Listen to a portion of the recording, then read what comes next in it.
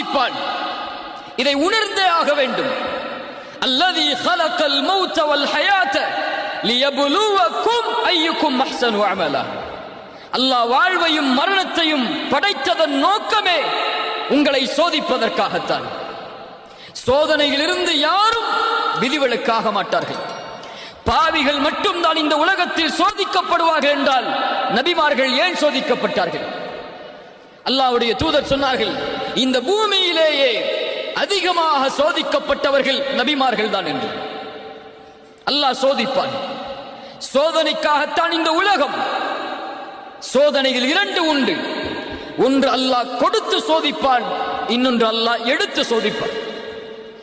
அல்லாஹ்வுடைய விதியை பொறுத்தவரை கொடுப்பதும் சோதனைதான், எடுப்பதும் சோதனைதான். சொல்லுங்கள், அல்லாஹ்வுடைய விதியை பொறுத்தவரை கொடுப்பதும் சோதனைதான், எடுப்பதும் சோதனைதான். ஆழமாக உள்ளத்தில் பதிய வைக்க வேண்டும். அல்லாஹ் கொடுக்கின்ற செல்வம் சோதனை, அல்லாஹ் கொடுக்கின்ற ஏழ்மை அதுவும் சோதனை, அல்லாஹ் கொடுக்கின்ற கண்ணியம் அதுவும் சோதனை, அல்லாஹ் கொடுக்கின்ற இழிவு அதுவும் சோதனை, அல்லாஹ் கொடுக்கின்ற சுகம் அதுவும் சோதனை, அல்லாஹ் கொடுக்கின்ற நோய் அதுவும் சோதனை. இப்படி அல்லாஹ் உலகத்தில் எதை கொடுத்தாலும் எதை எடுத்தாலும் அல்லாஹ்வுடைய பார்வையில் அது சோதனை தான். வம்மல் இன்சானு இதா மப்தலாஹு ஃபஅக்ரமஹு வநஅமஹு ஃபயகூலு ரப்பி அக்ரமன். அல்லாஹ் சொல்கிறான், இந்த மனிதனை அல்லாஹ் சோதித்தால் எதை கொண்டு? கண்ணியத்தை கொண்டு, அருள்கொடைகளை கொண்டு. இந்த மனிதன் சொல்கிறான், ஃபயகூலு ரப்பி அக்ரமன், என் இறைவன் என்னை கண்ணியப்படுத்தி விட்டான் என்று. அதே நேரத்தில் அல்லாஹ் அதே மனிதனை சோதித்தால் ஃபகதர அலைஹி ரிஸ்கஹு, அவனுக்கு கொடுக்கப்பட்ட வாழ்வாதாரத்தை குறைத்து அவன் சொல்கிறான், ஃபயகூலு ரப்பி அஹானன், என் இறைவன் என்னை இழிவுபடுத்தி விட்டான் என்று. சுப்ஹானல்லாஹ். மனிதன் கேட்பதில்லை ஏன் சோதிக்கிறான் என்று. எப்போது? செல்வம் கிடைக்கும் போதோ, கண்ணியம் கிடைக்கும் போதோ, பதவி கிடைக்கும் போதோ, அல்லாஹ் அருட்கொடைகளை கொடுக்கும் போதோ அவன் கேட்க மாட்டான், ஏன் அல்லாஹ் எனக்கு இதை கொடுக்கிறான் என்று. கேட்பானா? கேட்பானா? எப்போது கேட்பான்? காசு குறைந்து விட்டால், சம்பளம் குறைந்து விட்டால், மருத்துவமனையில் அனுமதிக்கப்பட்டு விட்டால், உறவினர் யாராவது மரணித்து விட்டால் அவன் கேட்பான், ஏன் அல்லாஹ் எனக்கு மட்டும் இதை செய்கிறான் என்று. மனிதா, உனக்கு அல்லாஹ் கொடுத்தானே அதுவும் அதுபோல்தான், அல்லாஹ் எடுத்தானே அதுவும் அதுபோல்தான். இந்த இரண்டு நிலையிலும் நீ எப்படி நடக்கிறாய் என்பதை அல்லாஹ் பார்க்க விரும்புகிறான். கொடுக்கும் போது அல்லாஹ்விற்கு நன்றி செலுத்துகிறாயா, எடுக்கும் போதும் அல்லாஹ்விற்கு நன்றி செலுத்துகிறாயா என்று அல்லாஹ் பார்க்க விரும்புகிறான். நபி யூசுப் அலைஹிஸ்ஸலாம் அவர்களுடைய வாழ்வை கவனியுங்கள். எல்லாம் கொடுக்கப்பட்டது நபி யூசுஃபுக்கு. ஆரம்ப காலத்தில் யார் அவர்கள்? நபியுடைய மகன், நபியுடைய மகன், நபியுடைய மகன் இப்ராஹிம் அலைஹிஸ்ஸலாம். அவர்களுடைய மகன் யார்? இஸ்ஹாக். அவர்களுடைய மகன் யார்? யாக்கூப். யாக்கூபுடைய மகன் யார்? யூசுப். சுப்ஹானல்லாஹ். அல் கரீம் இப்னு கரீம் இப்னு கரீம் இப்னு அல் கரீம்.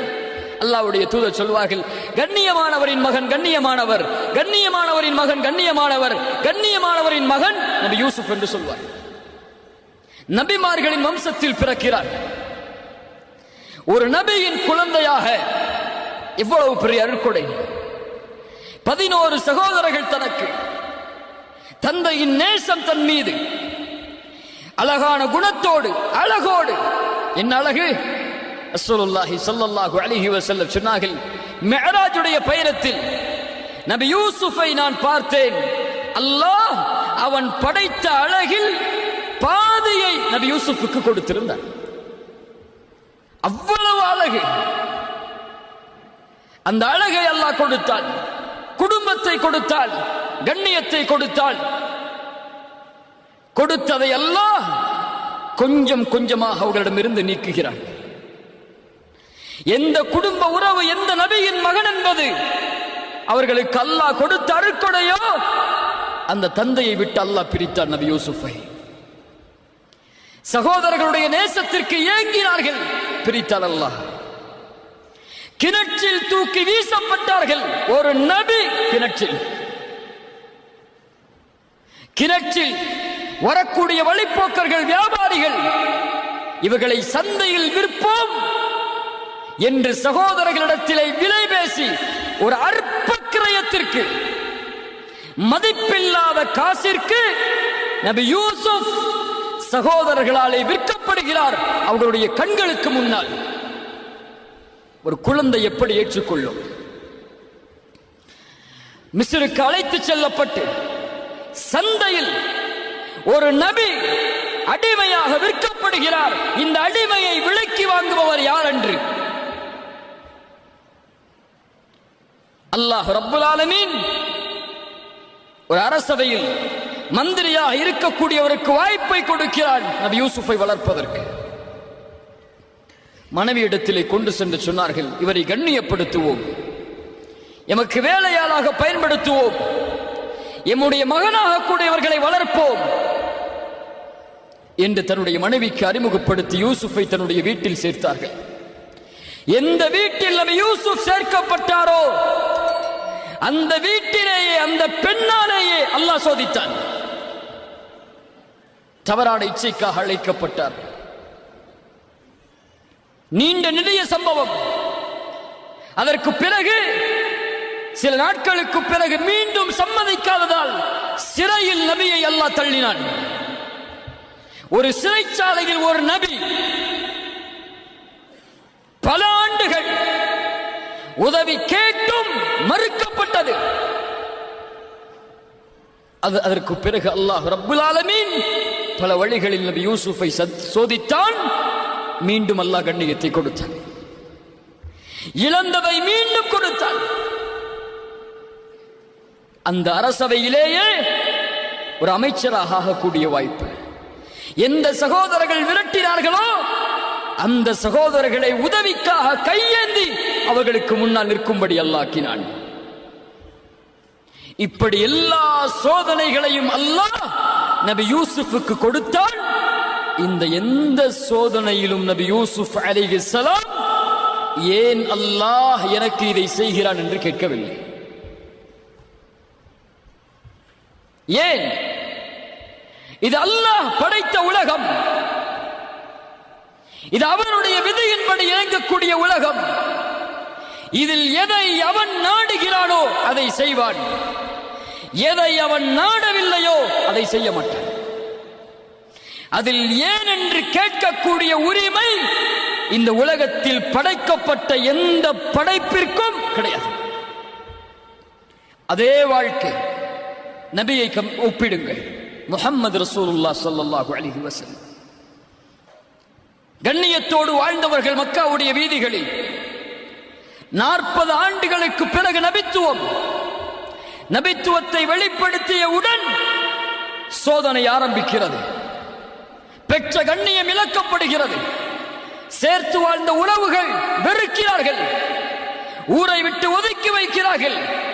பசியால், வறுமையால் நபி வாடுகிறார்கள்.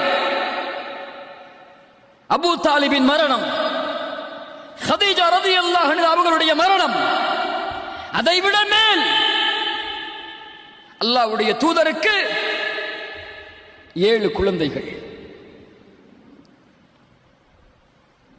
7 குழந்தைகள். அந்த 7 குழந்தைகளில் அல்லாஹ்வுடைய தூதர் உயிரோடு வாழும் போது 6 குழந்தைகளும் மரணம்.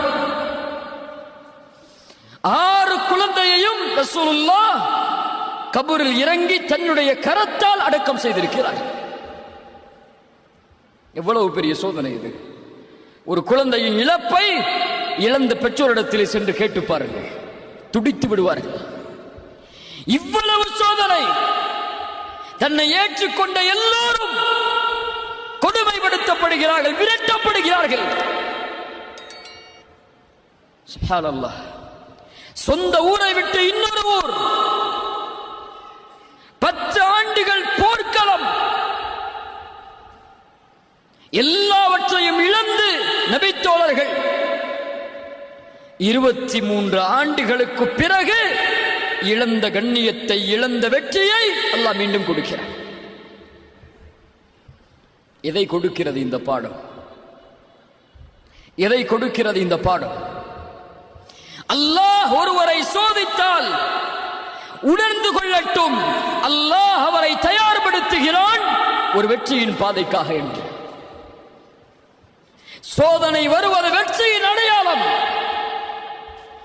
சோதிக்கப்படும் சமூகம் நன்மையில் நிலைத்திருந்தால் அதனுடைய கூலி இறுதியில் வெற்றி. அது பலருக்கு புரிவதில்லை. உலகில் ஏன் முஸ்லிம்கள் சோதிக்கப்படுகிறார்கள்? ஏன் உலக நாடுகளில் முஸ்லிம்கள் சிறுமைப்படுத்தப்படுகிறார்கள்? ஏன் கொல்லப்படுகிறார்கள் என்ற கேள்விகளுக்கெல்லாம் விடையை நீங்கள் தெரிய வேண்டும் என்றால் இதுவெல்லாம் வெற்றியின் பாதை. வெற்றியை நோக்கி இந்த சமூகம் செல்கிறது என்பதற்கு அடையாளம் ஹுதைபியா உடன்படிக்கையை நீங்கள் அறிந்திருக்கலாம். அத்துணை ஆண்டுகளுடைய போராட்டத்திற்கு பிறகு நபியும் 4000 தோழர்களும் உம்ராவிற்காக தான் பிறந்து வளர்ந்த அல்லாஹ்வுடைய ஊரை நோக்கி செல்கிறார்கள். தடுக்கப்படுகிறார்கள். அல்லாஹ்வுடைய இறை இல்லத்தை தரிசிப்பதற்கு ஒரு நபி தடுக்கப்படுகிறார். தடுப்பான் அல்லாஹ், ஏற்றுக்கொண்டுதான் ஆக வேண்டும். அப்போது உடன்படிக்கை தயாராகிறது. மக்காவாசிகளுக்கும் அல்லாஹ்வுடைய தூதருக்கும் எழுதப்படுகிறது. உடன்படிக்கையில் முஹம்மது ரசூலுல்லாஹ்விற்கும் மக்கா குறைஷிகளுக்கும் எழுதப்படும் உடன்படிக்கை என்று அவர் சொன்னார். மக்காவாசிகளிடமிருந்து வந்தவர் ரசூலுல்லாஹ் என்று நாங்கள் ஏற்றுக்கொண்டால் ஏன் பிரச்சனை? முஹம்மதை ரசூலுல்லாஹ் என்று நாங்கள் அங்கீகரிக்கவில்லை.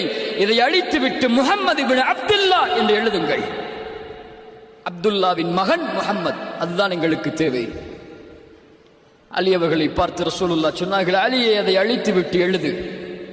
அலி சொன்னார்கள், ஒருபோதும் ரசூலுல்லாஹ்வை நாங்கள் அழிக்க மாட்டோம் என்று. ரசூலுல்லாஹ் கேட்டார்கள், எங்கே இருக்கிறது இந்த வார்த்தை? கை காட்டப்பட்டது. அதை அல்லாஹ்வுடைய தூதர் தன்னுடைய கரத்தால் அழித்தார்கள். அதற்கு பிறகு எழுதப்பட்டது முஹம்மது இப்னு அப்துல்லா அவர்களிடமிருந்து குறைஷிகளுக்கு எழுதப்படும் உடன்படிக்கை என்று. இந்த ஆண்டு இங்கே நுழையக்கூடாது, அடுத்த ஆண்டு நுழைவதற்கு வாய்ப்பு, அதுவும் சில நாட்கள் தான். இனிமேல் மக்காவில் இருந்து இஸ்லாமை ஏற்று வந்தால் அவர் திரும்ப அனுப்பப்பட வேண்டும். எங்களை நோக்கி ஒருவர் வந்தால் திருப்பி அனுப்பப்பட மாட்டார். எல்லாம் நடக்கிறது. உடன்படிக்கை முடிந்தவர்கள் எடுத்துச் செல்லும் போது உமர் அவர்கள் அல்லாஹ்வுடைய தூதருடைய சட்டையை பிடித்து கேட்டார்கள், யா ரசூலல்லாஹ், சத்தியத்தில் இல்லையா? ஏன் காஃபிர்களுக்கு விட்டு கொடுத்து போக வேண்டும்? இதோ போராடுவோம். ரசூலுல்லாஹ் சொன்னார்கள், முடியாது என்னால். எல்லா நபித்தோழர்களும் நபியின் கட்டளையை ஏற்பதற்கு தாமதமாகிறது. ரசூலுல்லாஹ் சொன்னார்கள், அல்லாஹ்வை பார்த்து, யா அல்லாஹ், இவர்கள் எல்லோரும் என் மீது கோபித்தாலும் நீ என் மீது கோபத்தோடு இல்லை என்றால் அதை பற்றி எந்த கவலையும் எனக்கு இல்லை. சுப்ஹானல்லாஹ். உமர் அவர்கள் திரும்ப செல்லும் போது அல்லாஹ் வசனத்தை இறக்குகிறான். மக்கா மதீனாவை நோக்கி அந்த மக்காவுடைய அந்த சோதனைக்கு பிறகு இன்னா ஃபதஹ்னா லக ஃபத்ஹம் முபீனா, அல்லாஹ் தெளிவான வெற்றியை நபியே உங்களுக்கு அளிப்பான். ஹுதைபியா உடன்படிக்கையில் தாழ்வோடு திரும்பிச் செல்கிறார்கள். அல்லாஹ் வெற்றியின் வசனத்தை இறக்குகிறான். உமர் அவர்கள் ஓடி வந்து கேட்டார்கள், ஃபத்ஹுன் ஹுவ, அல்லாஹ்வுடைய தூதரை நடந்த உடன்படிக்கை வெற்றியா? இந்த சோதனைக்கு அல்லாஹ் கொடுக்கக்கூடிய பரிசு அடுத்த ஆண்டு நுழைவோம் மக்காவை சொந்தமாக்குவதற்கு.